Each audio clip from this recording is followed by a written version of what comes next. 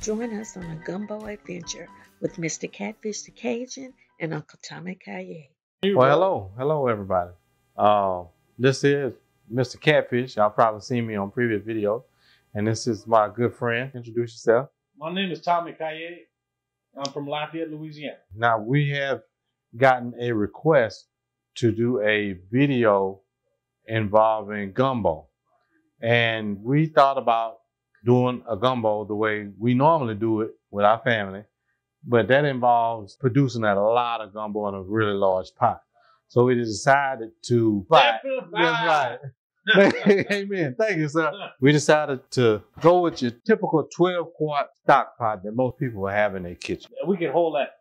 That's right. But and that'll still you make a bigger pot, you can't hold it. That's right. You can still feed upwards of 12 people with this pot, depending on how hungry they are. So you can feed more than that, Joe. You think? Yeah, oh, yeah. Not my family. I don't know about yours. Y'all skinny. There you go. All right. So we're gonna get started. Right here, we got a cast iron skillet warming up. And we're using cast iron because cast iron has a unique property, unlike other pots. It absorbs heat and it distributes it uniformly. Now, you can have a lopsided flame. That cast iron is going to absorb it uniformly and radiate that heat for you. Well, most pots won't do that. So you get an even browning. I know that's a lot, but you'll see what I'm saying when we start throwing flour in there. Hey, simple. The pot has the same temperature all the way around. That's you know, that's what we're trying to say. Amen. It's the same temperature all the way around, so we can make the roux. It's gonna be the same color all the way around. There you go. You don't have lumps and hot spots and There light you and go. brown. All right. All right. Let's get started, boss. You want to use a spatula. There you go. Flat Okay? blade. See, a spatula is flat. When you use a spoon, it has a tip. So when you stir, you hit in the bottom of the pot just with that tip, and then your roux could burn. When you use a spatula and you go back and forth like that, you get everything. Okay? There you go. All right, boss. All right. Thank you, sir. Flour. Now, some people may be saying, what kind of flour do you use? Really, it does not matter because this is going to be used as a browning and thickening agent in the gumbo. So whatever you like, self-rising, all-purpose, cake flour, just get you some flour. Like we said back home, you use the flour you like. That's right. All the flour you got. That ain't kind of flour. No. Yes. It seems like y'all making a dry roux. Is there any other kind of roux you can make? Yeah, there's several kind of roux. A roux is basically 50-50. So 1 cup of flour, 1 cup of oil. Okay? So Gerald likes a dry roux, so we're not going to put oil in it. It's a little quicker. Then there's also, you could put flour and you could do it in a microwave. Or, and then you could buy roux already made. Just depends what you want to do. Right. I prefer it this way for 2 reasons. To me, it's simpler. And in addition to that, whatever you got left over you don't use, you put it in a mason jar and stick it on the shelf. Oh, yeah. And you can use it to make gravy with or whatever you want. Or some more gumbo later on. Yeah. But I just put about a cup of flour in the skillet. And we're going to mix it around and let it do its thing and brown. Now I'm just smoothing it out and trying to get as much surface area going as I can. All right, while Gerald's doing the roux, what we're going to do right now, I want to explain to you the ingredients in a gumbo. Because everybody does it different. There's no wrong way, there's no right way. How you like a gumbo is how you like it. Instead of starting a gumbo with just plain water, we're going to use a chicken broth. In the meats, we got a smoked sausage from southern Louisiana. It's a mixture of beef and pork. The front ones I made, I have a smokehouse I butcher. I'm also what they call a polished butcher. I can butcher animal, cut meat and everything. Next, we have our turkey necks. It's a smoked turkey neck season. We like the smoked meat. We're either going to use smoked turkey necks or we're going to use tasso, which is a smoked pork. We're using a bone-in chicken. My favorite gumbo is with a hen. My mom would say, tell my dad she needed 6 chickens to make a gumbo. You got 2 bowls. You got a bowl for your gumbo and a bowl to put your bones in. But these days, everybody like deboned breasts or deboned thighs. So you decide what you want, okay? And then we have some whole crab. We're going to put them in there. In the old days, we didn't have money to buy the seafood. So the way we got a shrimp or seafood taste in our gumbos, we put these crabs or we put dried shrimp. Now, there's a technique with dried shrimp where you put them in a bowl with warm water, let them soak while you make your gumbo. And then you put the water in there and it gives it a seafood taste. So you got the seafood taste, but you didn't have the budget to buy the shrimp and everything to make a seafood gumbo. That's how it was back then. I'll tell you about another old Indian trick that people used to do. They didn't have no seafood and they wanted a seafood taste. You could get your can of tuna fish and throw it in there. And it will give you that seafood taste. That's a new one on me. I'm gonna have to try that. Oh yeah. Can you put snow crab? Is that a particular sort of crab? Is that a blue crab? Can they use snow crab? Well, really, you could do a whole crab like that, the blue crab, or you could do a lump crab meat. Snow crabs, they're too big to put in a gumbo. So no, I don't know anybody that ever used snow crabs. From my perspective, blue crabs are the most plentiful crab in this area. In fact, when we was little, we went crabbing every summer. In particular in Beaumont, down Chalmette, you find a canal, cooler, a chicken neck on a string with a cane pole, and you catch a cooler full of crabs, and they would cook them on the spot or save them and go on the gumbo. But to Tommy's point, a crab like a snow crab or a king crab and some rock crab or Dungeness crab. Them things are huge. You know, you one or two of them will fill up your pot and you ain't got nothing left. Back then, it was all about economics, what we could afford. I tell people when I was small, like crawfish, we bought crawfish. You couldn't go to a place and buy crawfish. You had to go to the rice farmer that had the crawfish pond. You went catch the crawfish, and he was sitting at the gate waiting for you, and he'd weigh the crawfish, and you'd pay him. Now people catch them, you can buy them. But it was what was plentiful, like Gerald said, in your area where you lived at. Yeah, it's just a byproduct of the things we had. We used to make the gumbo with, you know. And there's, you know, some people not gonna like to hear this, but there's squirrel gumbo, you know, wild game gumbo, rabbit. Oh, it's big down here. Oh yeah, yeah. So, you know, like Tommy was saying, when we was growing up, we didn't have everything, you know, so we made do with what nature provided. And you know, you couldn't go to a store and buy these things. They were not available in stores. They're available now, but you couldn't buy it. No, not commercially off the shelf. Yeah, you couldn't just go and pick up some gumbo crab. You got to get in close to see this. It's a process. So we're going to try to get it almost to the color of coffee before we say it's done. And we've been at this for about 10 minutes. 5 more minutes, we ought to be there. A cheat you can use that I have used in the past, if you don't have the time and you don't want to fool with this, is brown gravy mix. And use that for your roux. It works.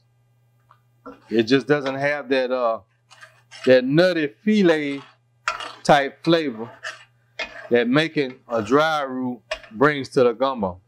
And filet is another thickening agent, but it also adds flavor to the gumbo. I think filet, Tommy, what is filet made out of? Filet, I'm glad you brought that up. One time in New Orleans, the French market was the largest market in the United States. It was very rural. It wasn't the New Orleans we see today, but it was, you know, start of New Orleans. So that French market is where everybody, farmers went with their produce. So you had your Native Americans. That's where filet comes from. Filet comes from the sassafras plant, the root. And the Indians made the filet, and they would bring it to the farmer's market. That was their money. They would barter because they didn't have money. Now, with filet in a gumbo, some people will put it while they make their gumbo. I like to put the filet on the table, and if you like the taste of filet, put it in. Right. Some people don't like it. Some people don't like it. And because, you know, you read a lot about Creole cooking and French cooking. I agree with some, I disagree with a lot. Growing up in the Creole tradition, I get in a lot of arguments with people about a gumbo, about putting tomatoes. Creole put tomatoes in the gumbo. I said, you're right, but you're not right. Because if you get into the Creole communities, one of the most famous Creole communities, a lot of people know, is around the Natchez area. Okay, and then you have the Acadia parishes, Lafayette, St. Leonard, which is Opelousas, Vermilion Parish, and all that, which the Cajun culture is, and a lot of Creoles. They don't put tomato in their gumbo. But the Creole people from the New Orleans area would put the tomato in it. So it's right, it's a Creole tradition, but it's not to me. It depends on the demographics. It's just like our Creole, the way I speak Creole is different everywhere you go. Marksville speak different than Opelousas, than Ville Platte, than Lafayette. If you're going to tell me about you put tomatoes, I'd say that's a New Orleans Creole. That's not a total Creole. It's demographics. You don't get more Creole than us. No. You know, my last name is Kaye. You ain't gonna get more Creole than that. And we come from the Durbanks. So, yeah, there you go. And the Bayons. I'm not gonna argue with people that write books, but a lot of them don't understand it. They just write it to make a book and put a recipe and say what it is. But I grew up in it. And just like tell people about gumbo. It's called a gumbo, but really what makes it a gumbo was okra. Because okra in Creole French is called gumbo. And the okra is put into your gumbo to thicken it. That slime that a lot of people don't like is a thickening agent. All right. We about done with this roux. And we're going to turn the fire and let it sit. And if you kind of get in here, you can see the color that we've turned this flour. It's not quite coffee, but it's good enough. It's going to give it some color and it's going to thick it up. That's what you want. On to the gumbo. Yes, chef. What you got there? Oh, we're going to saw that now. Stop. Here we go. What is this time? How many quarts? One That's just 1 quart? So we're going in with 2. And 3. And 3.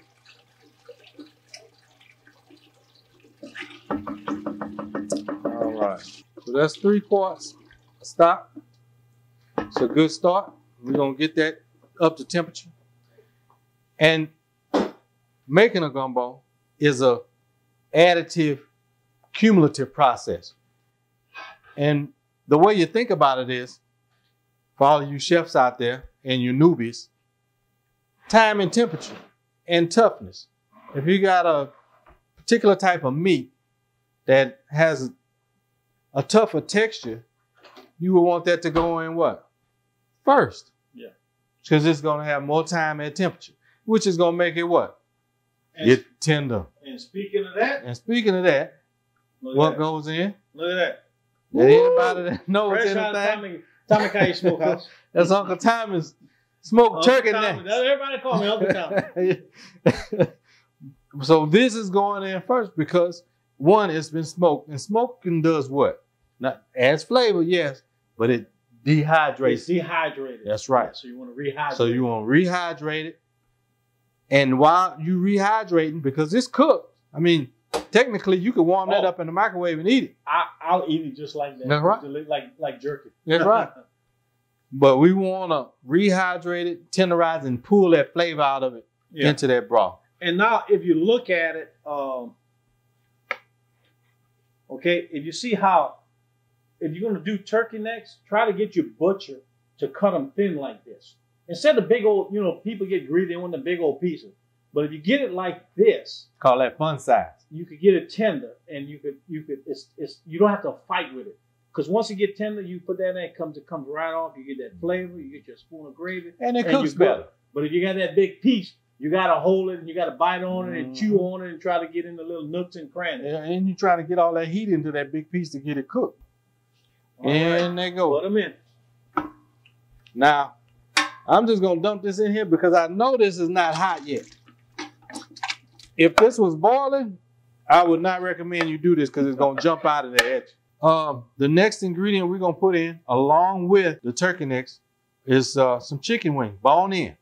And we're gonna do this because it's a tougher meat because it has the bone in it. It's got the skin. Yeah. And the skin. It's got that gristle and that sinew that needs to get broken down. Plus, it's gonna add a little more flavor, that poultry flavor with them turkey necks we got in there. So pull them in, Gerald. Pull them in. Here we go. Take a bath, boys. There you go. All right. And we're gonna put the top on the pot, and we're gonna let that roll between 30 and 45 minutes.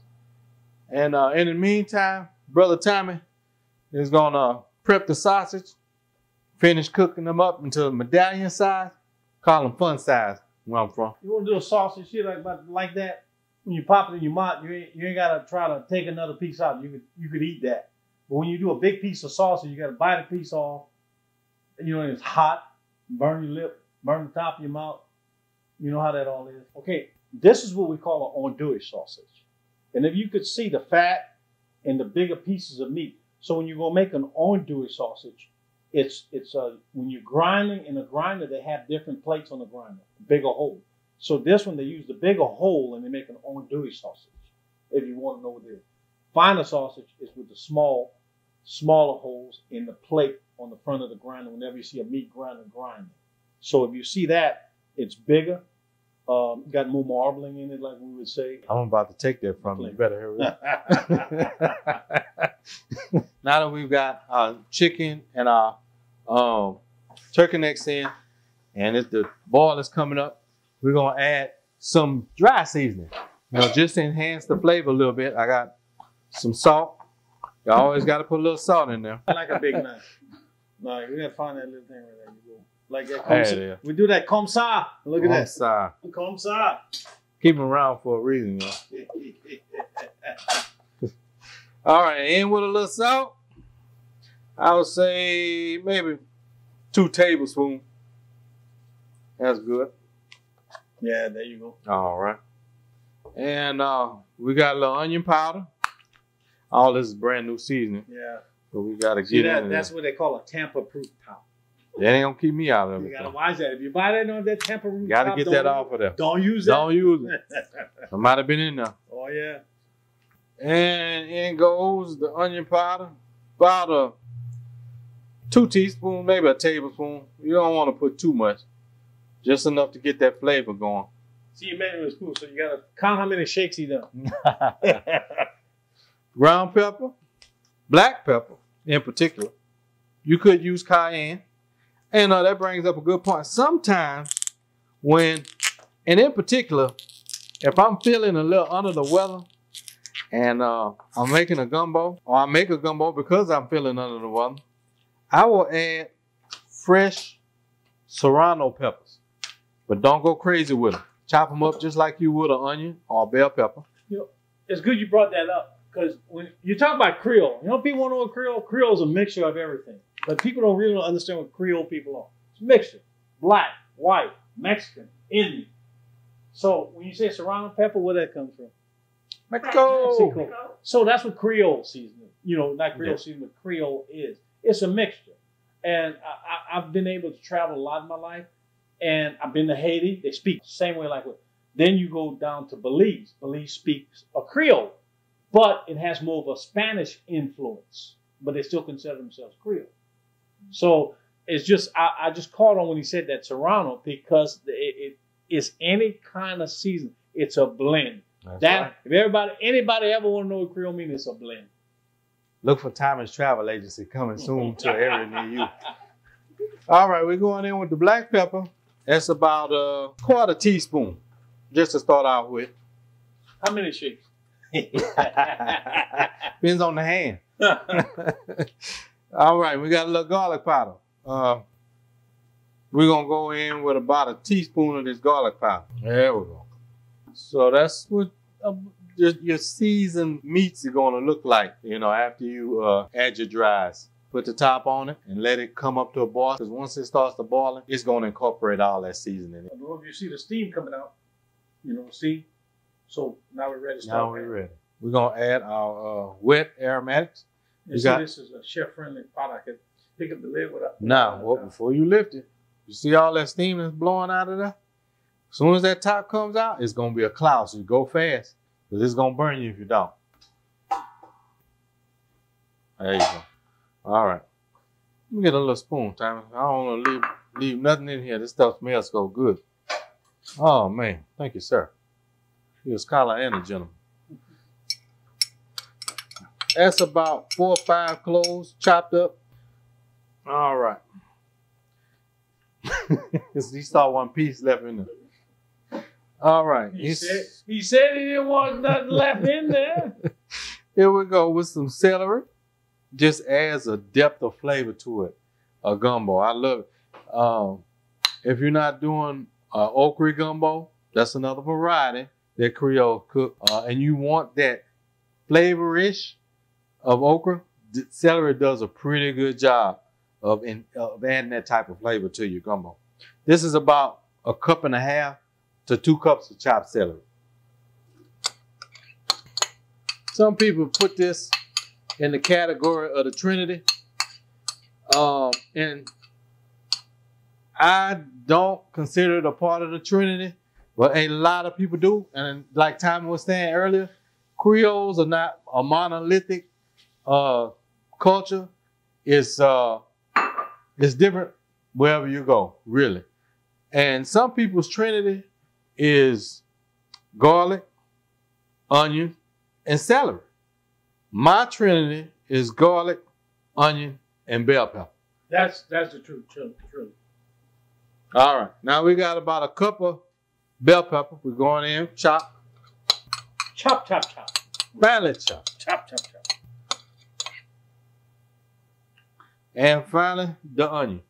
Finely chop. About 1 cup to 1.5 cups.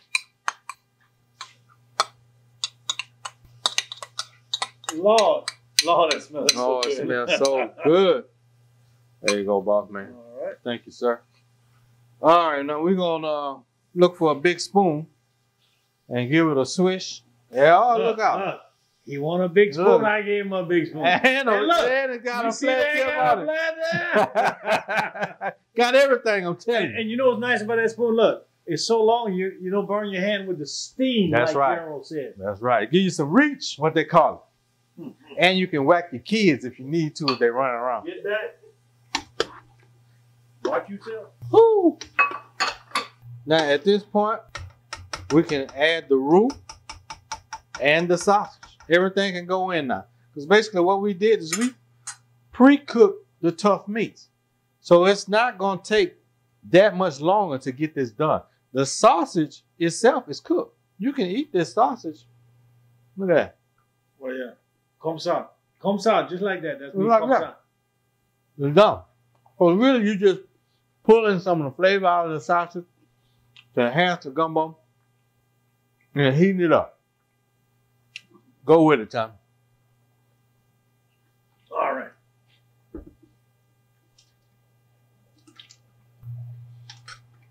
Okay. Now, so we're going to wait for it to come back up to a boil. And we're going to add the roux. And the reason you want it at a ball, okay, there's only one way to mess up a gumbo. It's what you scorch it. Yes. Okay? That's when the roux goes to the bottom. And if the water's not hard enough to dissolve it, it's going to stick. It's going to stick. And then it'll make these little black things and you'll taste it. You ain't going to like it. So that's the only way you can mess up a gumbo is by scorching it. So if you're a beginner, make sure your water's boiling. And if I teach somebody how to make a gumbo, what I tell them, get your water boiling. Put your roux in, turn your fire off. Yep. Stir until your roux is totally dissolved. Then turn your fire back on. Because everybody, when you begin, everybody's going to scorch one roux. I did it. Oh, I've done it more than one. Well, I only did it one time. No, I've done it more than one. Take me a while to learn sometimes. He's slow learner. Yep. You know, like my dad. But once I got it, I got it. Like my dad used to tell me, if you're going to be stupid, you better be tough. Gerald tough. All right. So we'll wait for this heat up again, and then Gerald will add the roux. Now, you can see it steaming again. We back to a boil. Gerald will add the roux. we've got our cup of roux, dry roux that we made. And we're going to put all of this in there. We ain't saving nothing. All right.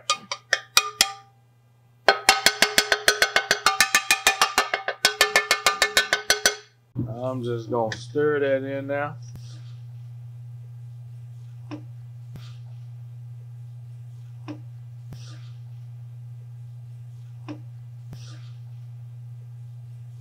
We're just going to stir it and try to get all of that incorporated. Stir, jar.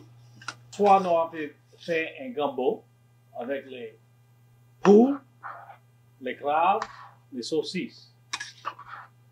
Ça va être bon. And that means?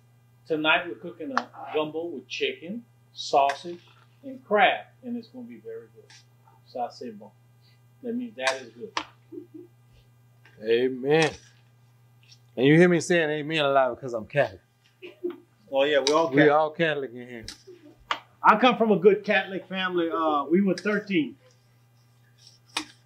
And the only reason you don't see us drinking on camera is because it's not appropriate. This is a family-friendly. It's not politically video. correct. That's right. But we having our fun off camera, I promise. Oh, look good. Ooh, look at that. All right, it's incorporated really well. Wow. Now, one thing I want y'all to notice is we haven't added any additional water to this pot.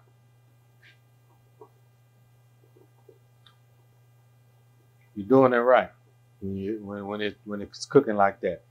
The juices from the wet aromatics have incorporated. The juices from the chicken and the turkey and the sausage are just added, and you'll notice the level of the pot is just coming up perfectly. I'm gonna put the top on it and let it roll. Uncle Tommy called that Cadillac. Cadillac. You know, we call it Cadillac because I could go and drink 2 beers before I come back and check it. So we'll Cadillac. We've got some blue crabs that we're going to add to the gumbo to give it that seafood flavor. And I just wanted to go over something with you in regards to the cleanliness of the crabs, because I've gotten crabs where I've thawed them and had to clean them again, and they were supposed to have been clean crabs. Here's a blue crab, for example, that, and we're not going to endorse any products, but a particular packager, these crabs were cleaned really well. I don't have to do anything to these crabs. A blue crab, once you pop the shell off, the head has what they call a mane on it. It's the lungs of the crab. It allows it to breathe in the water. Kind of like the gills on a fish. All of that stuff has to be cleaned out. They've even cleaned the crab fat out of the cavity in these crabs. I like to leave the crab fat in, to be honest with you. These crabs have been cleaned so well. In addition to that, the backside of the crab has I call it a lid. And you can determine, what's a male and a female by the size of the lid. A narrow lid, that was a male. If it's got a wide lid, that's a female. No mane, crab fat's gone, lid's gone, the mouth pots are gone. This crab, you just thaw it, and you can throw them right in the pot just like that. Now, put a little water on it just to be safe to wash it off. But before you throw any crab in there, make sure you look to make sure they clean really well. We have gotten to the stage where we're ready to add the crab. And this is the very last thing you do when you're adding seafood to a gumbo, because the seafood only takes 5 minutes at the most to get done. And if your pot is boiling really good, which it should be by this stage, dump it in, and you can actually cut it off and let it go. But there we go. All right, ladies and gentlemen, we have reached the end of this adventure. Thank you, Uncle Tommy. The gumbo is exquisite. You can look in here and see that dark Roux has imparted a color and a flavor that's characteristic of the gumbos in this area. And we have some plated. Thank y'all for watching. Hey, we're going to say a little thing. Everybody want to hear a little Creole? Je vais voir un autre fois et on va cuire quelque chose d'autre. What I said is we're going to see y'all another time and we're going to cook something else.